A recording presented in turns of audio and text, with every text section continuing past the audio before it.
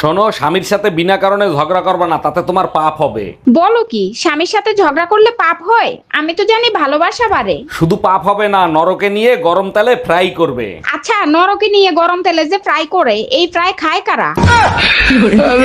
এই রুম্পা, আমি বাজারে যাচ্ছি, কি কি আনতে হবে বলো। যা ভালো খাও তাই আনবা। আর শোনো, যাওয়ার সময় রুম্পা ভাবে 2টা ব্লাউজ বানাইতে দিছিল, একটু দিয়ে আইসো তো। শুধু ব্লাউজ দিয়ে আসলেই হবে না অন্য কিছুও করতে হবে? ব্লাউজ পরে ফিটিং হয়েছে কিনা দেখে আইসো, লুচ্চা বেটা। এই রুম্পা ভাবি তোমারে ফোন দিছে কেন? লাউড দিয়ে রিসিভ করো তো। হ্যালো। অরুণ ভাই, বাইরে প্রচুর বৃষ্টি হচ্ছে, আমি ছাদে বৃষ্টিতে ভিজতে গেলাম। ভাবি, মনে রাখবেন বৃষ্টির পানি জানি সারা শরীরে লাগে, তাইলে আর চর্মরোগ হবে না। এই তুমি আবার বৃষ্টির ভিতর কোথায় যাচ্ছ? আমার সারা শরীর চুল করছে, একটু বৃষ্টির পানিতে ভিজে আসি। চুলকানে ঠিক করতে যাবা নাকি ভাবি সারা শরীর বৃষ্টিতে ভিজছে কিনা সেটা দেখতে যাবা? এই রুম্পা, তোমার ভাই আবুলের জন্য মেয়ে দেখতে গেছিলা, মেয়ে কি পছন্দ হয়েছে?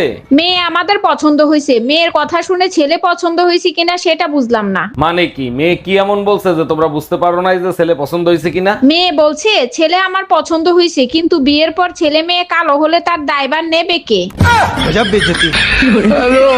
রং চা খাইবা না দুধ চা? রং চা দেন ভাবি। কেন, দুধে কি সমস্যা? আচ্ছা ঠিক আছে, আপনি দুধ চাই দেন। থাক, জোর করে আর দুধ খাইতে হইব না, রঙই দিতে। তুমি দেখো তো, আজকে আমাকে অনেক সুন্দর লাগতেছে, তাই না? আচ্ছা রুম্পা, তুমি কি জানো বিধাতা নারীদেরকে এত সুন্দর করে তৈরি করছে কেন?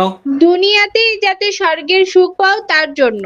আরে না, নরকের যন্ত্রণা কতটা ভয়ঙ্কর হতে পারে সেটা দেখানোর জন্য। আমার মিষ্টি ভাবির মন খারাপ কেন? কি হয়েছে ভাবি?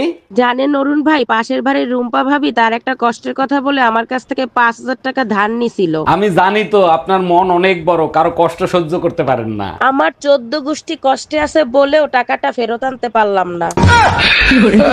আচ্ছা বলো তো, গার্লফ্রেন্ড বয়ফ্রেন্ডের মাঝে সম্পর্ক কিরকম থাকে? বয়ফ্রেন্ড গার্লফ্রেন্ডের সম্পর্কটা হলো সবসময় একজন আরেকজনের খেয়াল রাখে। একদম ঠিক বলছো। আর হাজবেন্ড আর ওয়াইফের মধ্যে সম্পর্ক কিরকম?